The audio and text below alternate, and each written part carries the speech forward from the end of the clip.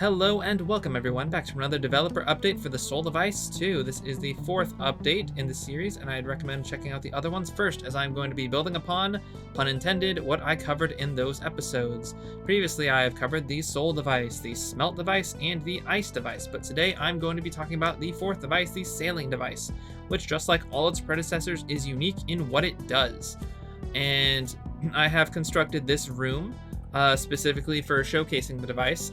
This footage is not final. This room is only for a developmental build to showcase what the device can do. So first things first, moving off into the next room, I'm going to flip this button as I've done in the previous rooms, and you'll see that this door unlocks, and as I go through, it opens and closes, but this door does not, and you may notice that the light on this door is dark red instead of light red like the one before it when I flip the switch. Now what this means is that this door is unpowered. It does not have power. So what the Saline device does is it shoots out little orbs that when they land create an energy field. Now this energy field will power or electrify anything inside of it, like this door. So if I turn that on, it now turns green, and then flipping this switch, it will lock and unlock. But now that it has power, it will open just fine. So this is the first of the showcase rooms. So the first thing to note, of course, is that this can power things. And I'll turn on force mode here so I can get some distance. This will power basically a whole slew of things that can be operated. For instance, this laser emitter over here, if I power that, it turns it on. This hatch up here, if I hit it with it, it forces it open. And you'll notice this ice over here turned bright blue when it got electrified. Now, ice can be energized by this, and what that does is it basically makes it unmeltable by normal heat objects. So if I hit this with smelt nodes, it didn't melt. So if I energize this up here, I can now build off of it with smelt, and you'll notice that this is now glowing. So one of the other main functions of the energy nodes is with player builds, this build will decay in 30 seconds, and the entire thing will crumble in 30 seconds as the anchor node falls apart in 30 seconds. But what you can do with this is you'll notice the entire area has now lit up. What this does is now that it's energized, it has put a pause on its decay timer. It will not decay while it's electrified. And you can basically do this as much as you want. As long as it is energized, it will not decay. So that ball has disappeared, but this one is still here. The timer is still paused on this. Now, if you want this to decay, you can still do a couple things. First of all, the right click of the Saline device is Power Sap, which does this. So basically, if you ever have an orb out that you want to get rid of, you can use Power Sap and you can delete it. And of course, even if this is electrified, Soul Erasure will still get rid of any blocks you place. But what's notable about Power Sap is if you approach something that is naturally powered, so not this door. This door is not naturally powered. And another thing you can note right here is I just got rid of the power node while the door was open. The door no longer has power right now and does not have power to close. Now, it will close if it gets locked. I have a slight bug right now where doors will close instantly if they are locked. If they become locked and they are unpowered, I can fix that pretty easily, and I will. But basically, this door here is naturally powered. It has the glow on it. Whether it's locked or unlocked, I can right-click it and use Power Sap, and you'll notice up in the corner here, my battery charges. So this will charge 20% of your battery every second. No matter how much battery you have, it will always charge by 20% per second. So you'll have a full battery in 5 seconds. So now my battery is full again, and I can use this. So open the door again, delete that, and now that door is stuck open. So yeah, ice is normally meltable, but if you energize it, then you can build off of it with hot things. This ice will melt if I hit it with stuff, or I can energize it and then I can't melt it. One thing to note is one of the uses of the heat wave function of the smelt device, its third function, is that it can melt through energy. So if I hit this with an energy orb and then hit it with the heat wave, oh, well, I guess that needs a little bit further coding. But in the final version, the heat wave will pierce through any electrification. So moving right along to the next room, flip the switch. In here, I have a puzzle built. So for starters, I have my typical NPC stand-in here who offers the upgrade screen, and here are the different things you can do. The standard is, of course, Energy Ball, which shoots a ball that energizes its surroundings with an energy field. And then as right-click, the Saline device can drain power from active electronic devices into the player's battery. And I'll also add a thing to this saying that you can delete energy balls that you place. So the second function is Electrified Stream, which produces a stream of electrified water. Now, this is basically a cheap alternative of the default function. Let me turn off force mode here. Basically, this will arc out a stream of water in front of you, and wherever it terminates, it will create an energy field. Now, you can move this as you need to, all over the place, and if you ever let go, the energy ball will immediately terminate. Now, the largest difference between this and a regular one is that it's much cheaper to use in terms of energy, and you can end it and start it basically whenever you want. Additionally, it will last much longer. It'll currently last 2 seconds after something stops getting energized, as opposed to when I energize this and I delete it, it immediately stops being energized. But the field will, the stream will keep it energized for 2 seconds afterwards. That time is subject to change. I'm thinking about bumping it up to 5 seconds. The third alternative is Empower Barrier. Now, what this does is it's a bit of a niche ability in that it only works on specific surfaces. Now, let me drain some power from the door here because this door is powered. I'm just going to charge up my battery real quick. So what Empower Barrier does is I have this turret right here, and I don't want to go past that. I have these 2 locked doors right here, and I have a switch here for that and a switch here for that, and over here we have a shortcut back into this room. Now, there's a gunner here who's going to shoot me if I come into this area, and there's a turret here who's going to shoot me if I come into this area. And I don't want to deal with that. But what I can do is with Empower Barrier, you'll see that the targeting reticle is actually hitting this barrier. Now, up here is actually a platform, which is just something I can fall through, but if it creates a full rectangle, it's a barrier. And what happens if I shoot this is it turns that barrier into a solid wall. So this means 2 things. Enemies will no longer see me, and I can build off of this. Now, previously, my builds would just go through this, but now I can build off of it like it's a solid barrier. And anytime I want to, I can delete it by right-clicking it. And I'm gonna kill this turret real quick. Oh, whoops. Beep beep. Beep beep beep beep. Come beep, on, beep. die please. Beep beep. Yeah. Dang, I keep moving around to not get hit, and I suck at aiming. Anyways, I'll flip this switch. That will unlock one of these doors. I believe it unlocks the bottom one as I designed this in chronological order. So I'm going to turn this on real quick. Yep, and that door opened for me. And I just deleted that. It no longer has power, but it's unlocked, so it will stay open. So over here, I'm going to use the Ice Device scope here to see a little bit more.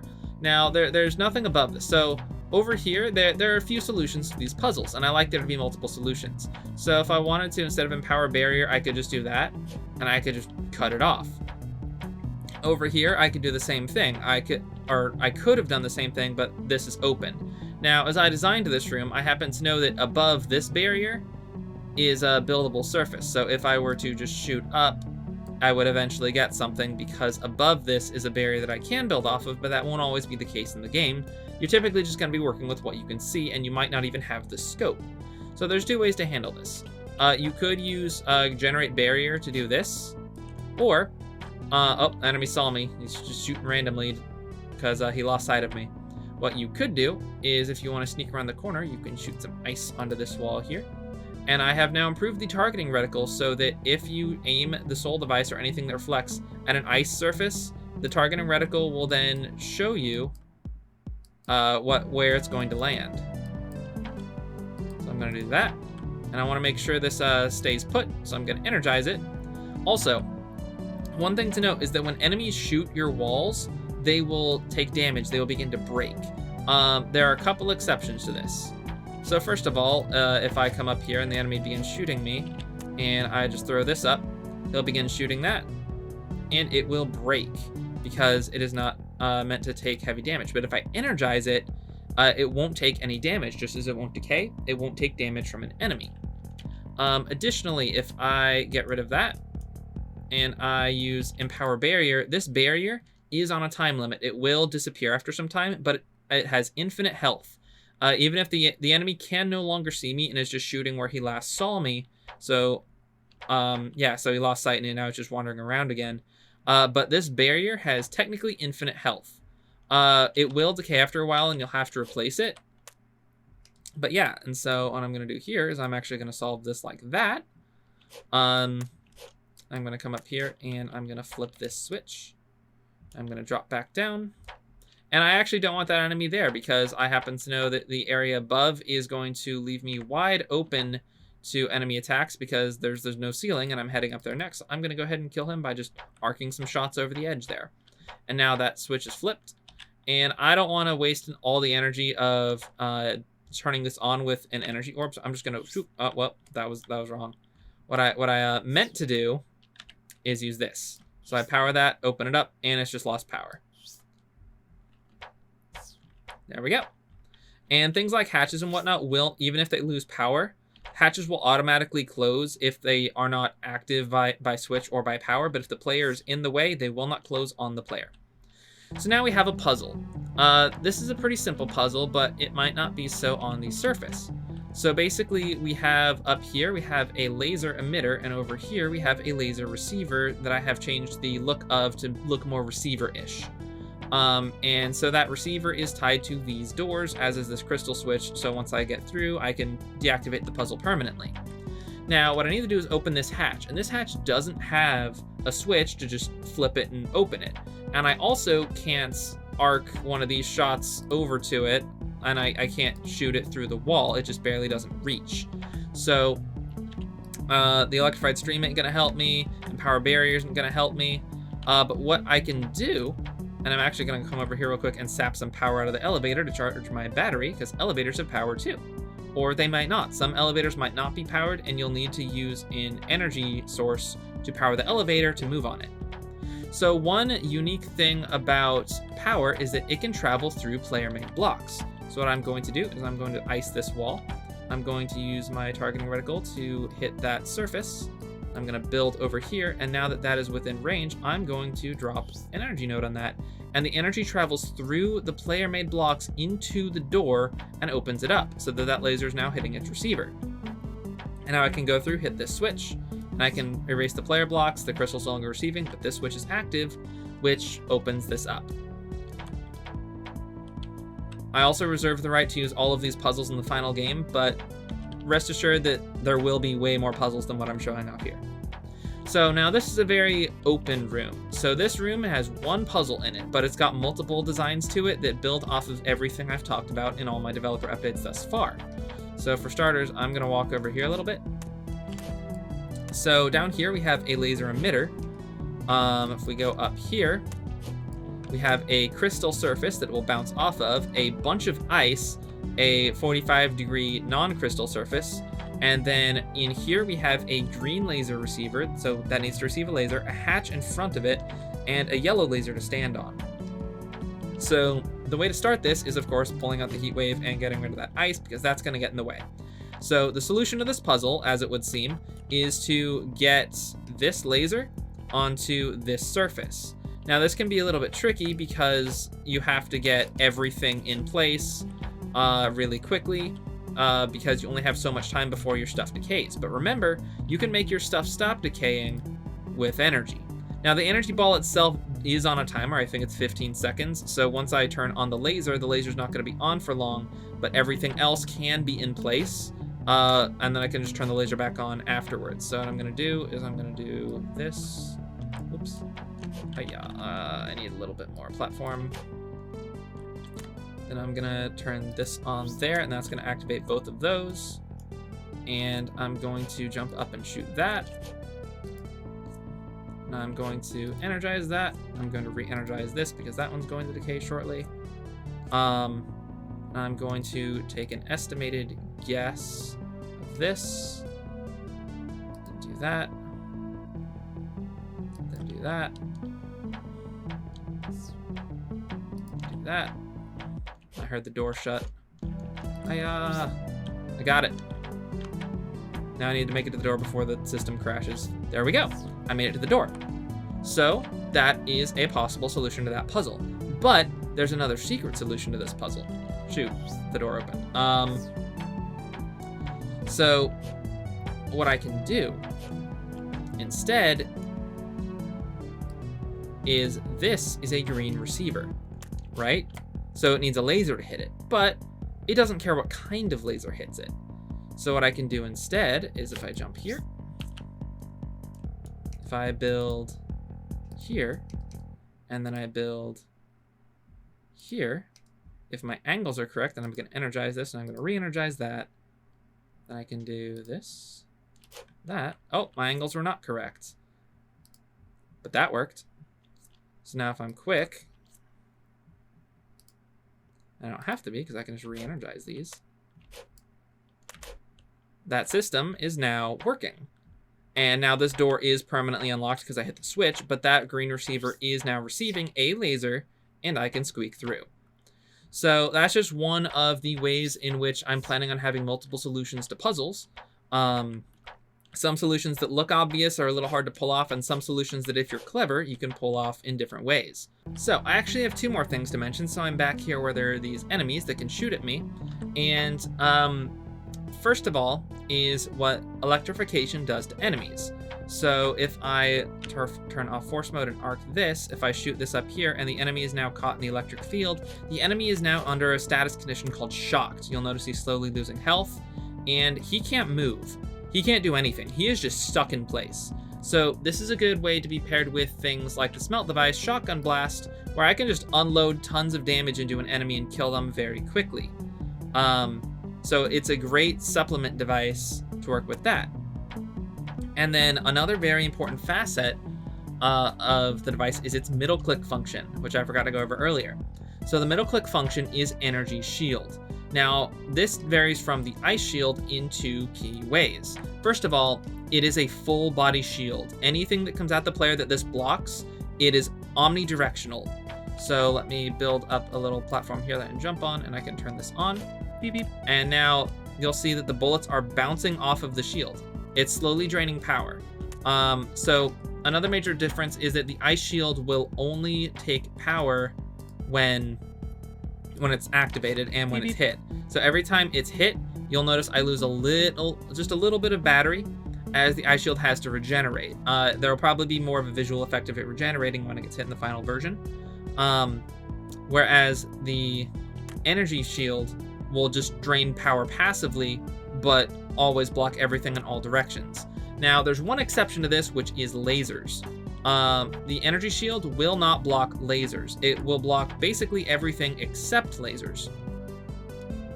Whereas the ice shield actually, it reflects lasers, and it does so without using any HP or breaking the shield. It just standardly deflects lasers.